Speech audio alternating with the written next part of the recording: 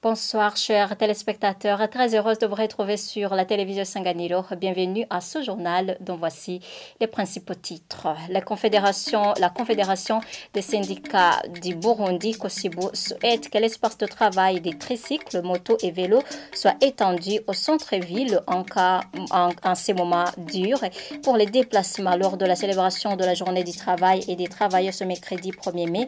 À mairie de Bujumbura, Tarcisse Gahungu en a appelé au dialogue entre organes et y a décidé de réduire le périmètre de circulation de ces engins en fait de donner des facilités aux travailleurs. Et vous aurez les détails au cours de ce journal. Les médiateurs collinaires ou de quartier ont une mission de recevoir les plaintes des parties à litige, de les concilier et de donner leurs avis sur toutes les affaires civiles de la compétence des tribunaux de résidence. Et c'est suivant les dispositions de la loi de 2021 relative à la réinstitution du Conseil des notables de la colline. Après une courte pause, les détails.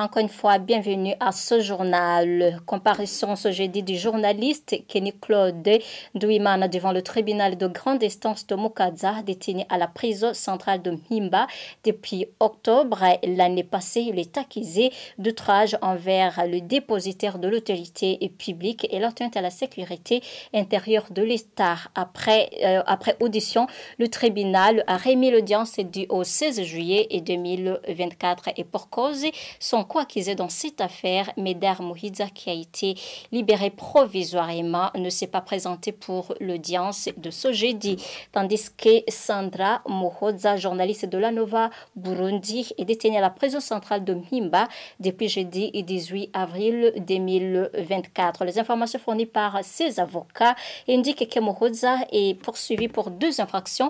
Il s'agit de l'atteinte à l'intégrité du territoire national et aversion raciale. Elle a été arrêtée en date du 13 avril cette année. Elle venait de répondre à un appel d'une personnalité qui promettait de lui fournir des informations en province d'Ongodi.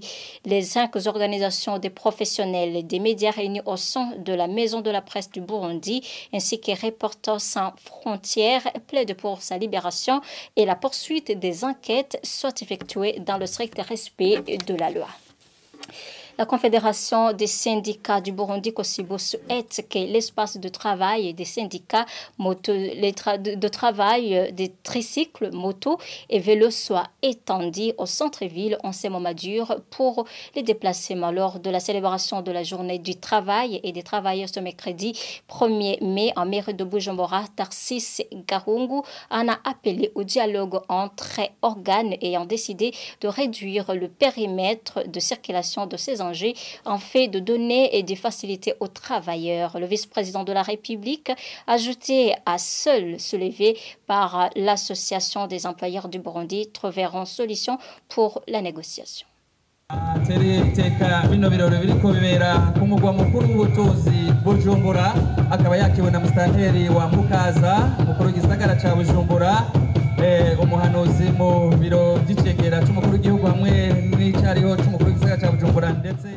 Lors de cette célébration à mairie de Bujumbura ce mercredi, Théodore Kamwenoussa, président de l'association des employeurs du Burundi AEB, s'est rangé du côté du respect de la loi lorsque des fonctionnaires et des autorités font du commerce.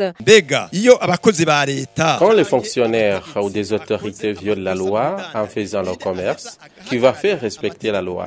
Lorsque la loi n'est pas suivie, on ne peut nullement parler de développement du commerce et les recettes dans le trésor public n'augmente pas. Dans son discours, Tarcisse Gahungu, ayant représenté la Confédération des syndicats du Burundi, Kosibu, a demandé que les tricycles, les motos et vélos soient à nouveau autorisés à approcher le centre-ville, vu qu'il y a aujourd'hui des difficultés de déplacement, surtout le soir. On a interdit aux bajaj, motos et vélos d'arriver en plein centre-ville. C'est peut-être vrai que ça causait des accidents précédent. Mais si l'on regarde actuellement les difficultés de déplacement, je pense qu'il y a des mesures qu'il faudrait revisiter. Nous avons la chance, le maire de la ville est ici, vous pouvez vous parler et refaire la zone de circulation pour que les citadins se déplacent facilement. Sur ce, Prosper Bazombanza, vice-président de la République, a expliqué que l'exécutif va s'y pencher tout en promettant que c'est à travers le dialogue que la solution au desiderata sera trouvée. Pour le reste, ce qui est des discours des représentants des employés Kosibu et des employeurs AEB, nous avons bien reçu leurs doléances. Les solutions seront trouvées en passant par le dialogue. On regardera les intérêts des uns et des autres, mais surtout le développement du pays.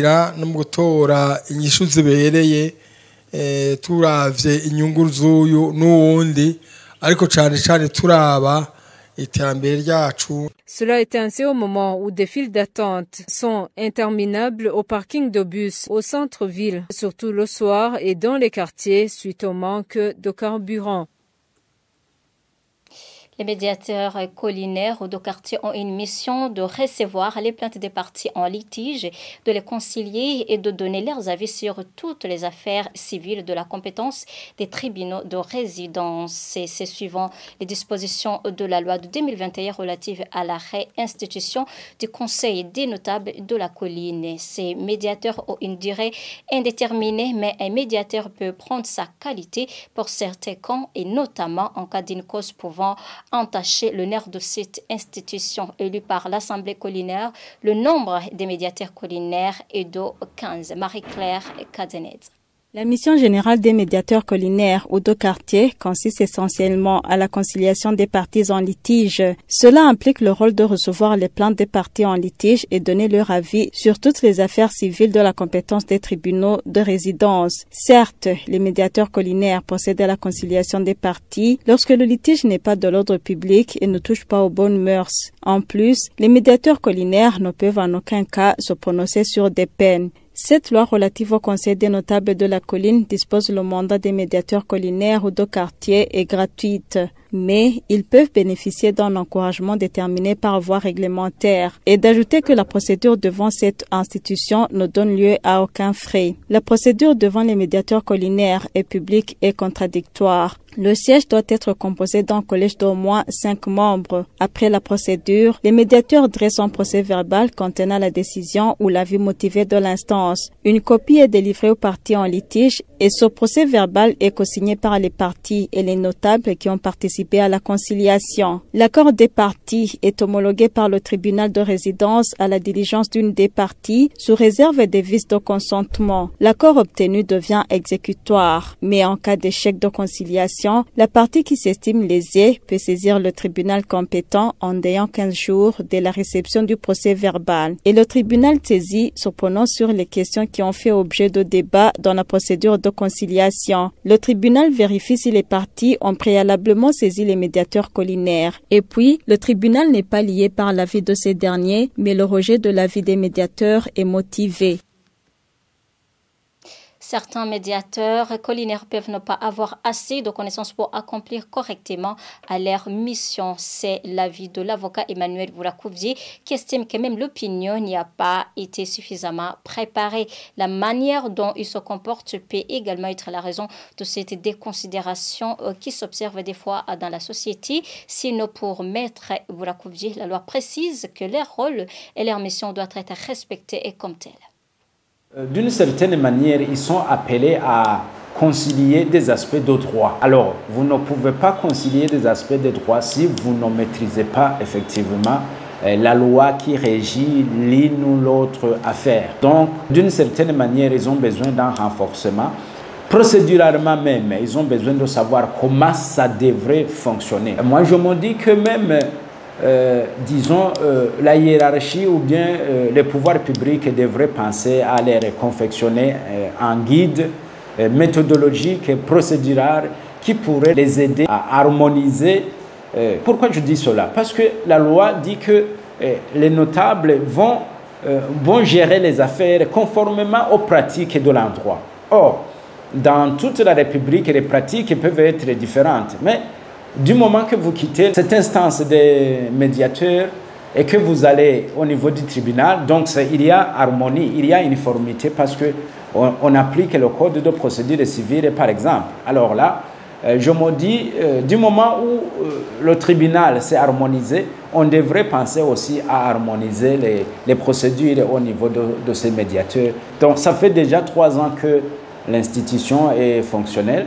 On devrait faire un audit pour voir effectivement quel est l'impact de cette institution par rapport à leur mission. De cet audit, on pourrait alors cette fois-ci dégager les améliorations qui devraient être apportées à la loi, mais aussi à la procédure, pour pouvoir effectivement tendre vers ce qui avait milité à la mise en place de cette institution.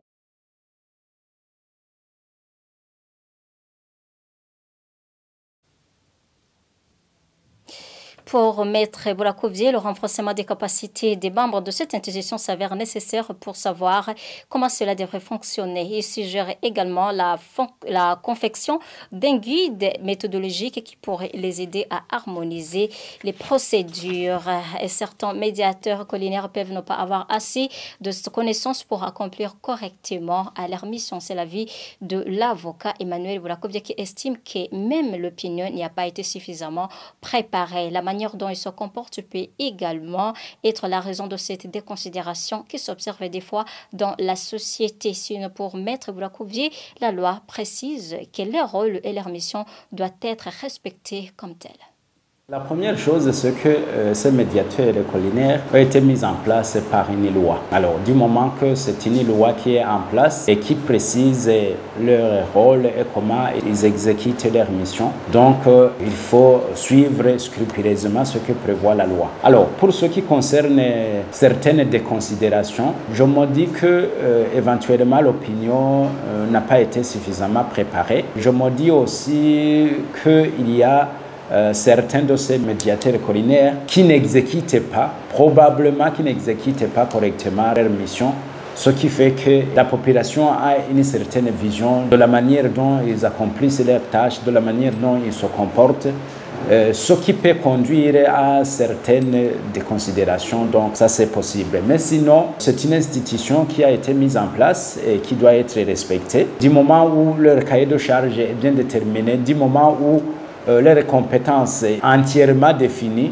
il appartient à tout à chacun qui a un litige et qui rentre dans leur domaine de compétence de devoir passer par cette institution pour pouvoir faire avancer son cas d'affaires. Je me dis que quiconque a un litige n'a pas d'autre choix que de respecter ce que prévoit la loi. Alors que tu les considères et que tu les déconsidères, la loi est telle qu'elle est conçue, donc il faut respecter ce que prévoit la loi. Mais quand même, est-il important que ces médiateurs même puissent faire une certaine introspection pour voir la manière dont ils se comportent, la manière dont ils accomplissent leurs tâches, pour mériter effectivement cette considération. Eh bien, chers téléspectateurs, c'est la fin de ce journal. Merci de l'avoir suivi et bonne suite des programmes de la télévision Sanganiro.